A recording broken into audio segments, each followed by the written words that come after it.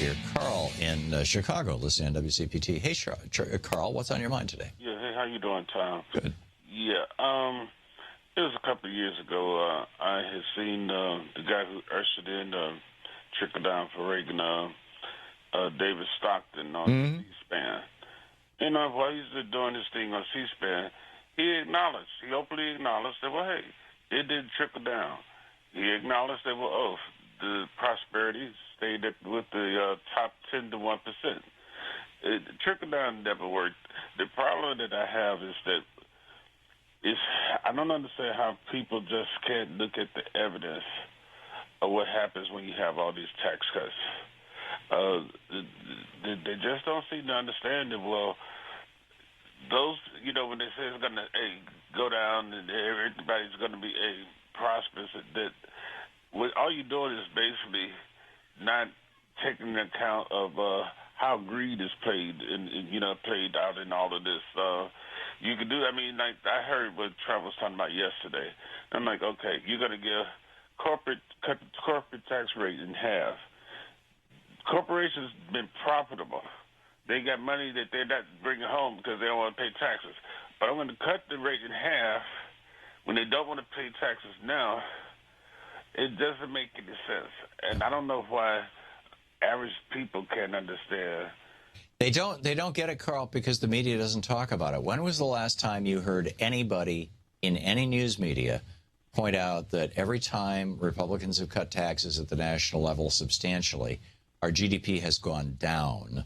And every time Democrats have raised taxes nationally, whether it was Jimmy Carter, Bill Clinton, or Barack Obama, our GDP has gone up and our unemployment rate has gone down.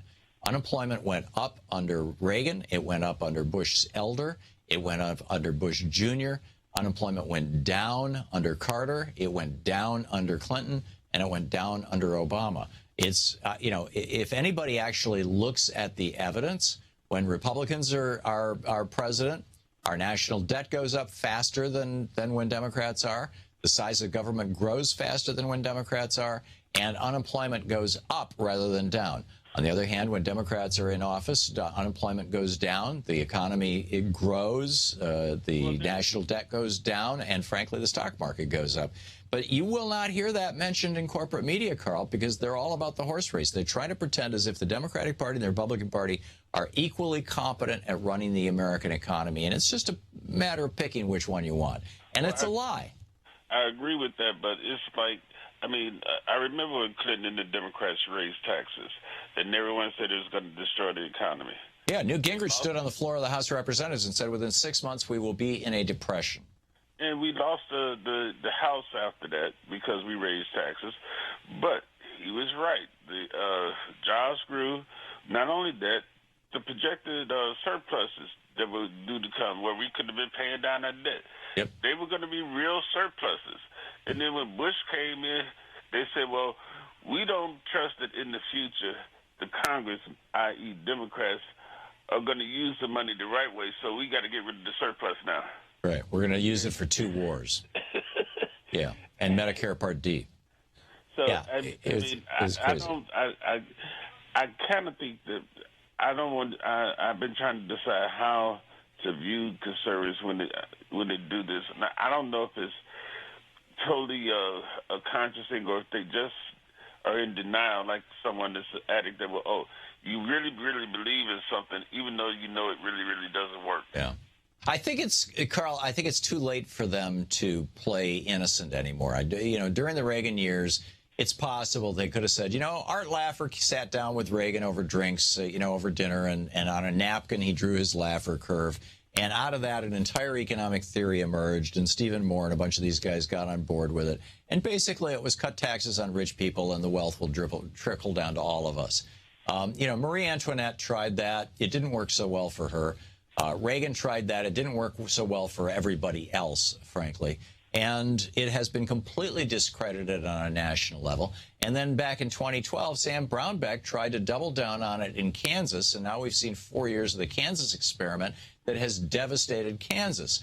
In fact, if you look at every state with a Republican governor where they've tried austerity, what it has done is it's thrown their state into recession. It's damaged their people.